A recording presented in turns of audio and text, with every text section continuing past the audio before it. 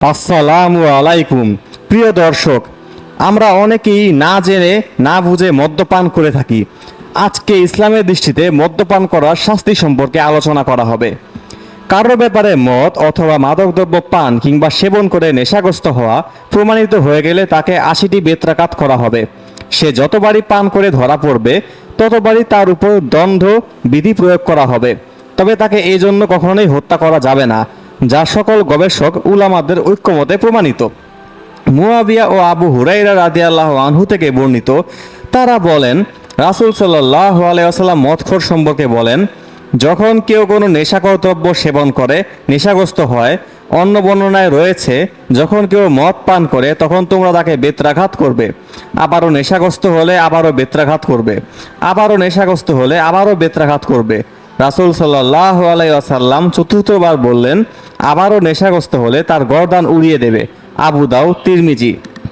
ইমাম তিরমিজি রাহিমাহুল্লাহ জাবির ও কাবিসা রাদিয়াল্লাহু আনহু থেকে বর্ণনা করেন যে, একদা নবী সাল্লাল্লাহু আলাইহি ওয়াসাল্লামের নিকট চতুর্থবার মদ পান করেছে এমন ব্যক্তিকে নিয়ে আসা হলে তিনি তাকে মেরেছেন, তবে হত্যা করেননি।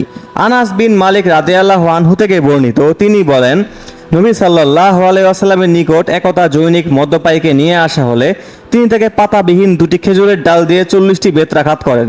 আবু বকর রাদিয়াল্লাহু আনহু ও তার খিলাফতকালে তাই করেছিলেন। তবে উমর রাদিয়াল্লাহু আনহু যখন খলিফা হলেন তখন তিনি সাহাবাদের সঙ্গে পরামর্শ করলেন। তখন আব্দুর রহমান বিন আউফ রাদিয়াল্লাহু আনহু বলেন, সর্বনিম্ন দণ্ডবিধি হচ্ছে ৮০টি বেত্রাঘাত।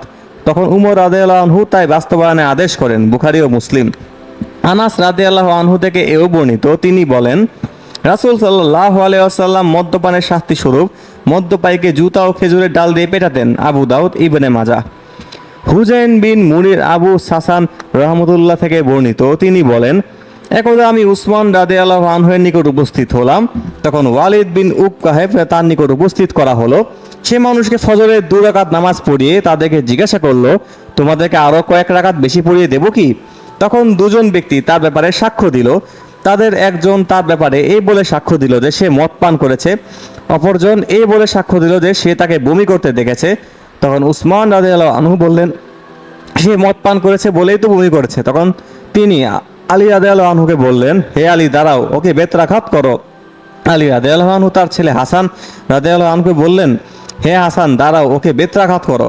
তখন হাসান রাদিয়াল্লাহু আনহু রাগান্বিত স্বরে বললেন, বেত্রাঘাত যেই করুক সে উক্ত সিদ্ধান্ত নিয়েছে। তখন আলী রাদিয়াল্লাহু আনহু আব্দুল্লাহ বিন জাফর রাদিয়াল্লাহু আনহুকে বললেন, হে আব্দুল্লাহ, দাঁড়াও, তাকে বেত্রাঘাত করো। তখন আব্দুল্লাহ রাদিয়াল্লাহু আনহু বেত্রাঘাত করেছিলেন আর আলী রাদিয়াল্লাহু আনহু তা গণনা করেছিলেন। 40টি বেত্রাঘাতের পর আলী রাদিয়াল্লাহু আনহু বলেন, বেত্রাঘাত বন্ধ করো। অতঃপর তিনি বলেন, নবী সাল্লাল্লাহু আলাইহি ওয়াসাল্লাম 40টি বেত্রাঘাত করেন, আবু বকর রাদিয়াল্লাহু আনহু 40টি বেত্রাঘাত করেন, কিন্তু উমর রাদিয়াল্লাহু আনহু 80টি বেত্রাঘাত করেন। তবে 40টি বেত্রাঘাতই আমার নিকট বেশি পছন্দীয়। মুসলিম, আবু দাউদ। মহান আল্লাহ আমাদের সকলকে মদ পান থেকে বিরত রাখার তৌফিক দান করুক, আমিন।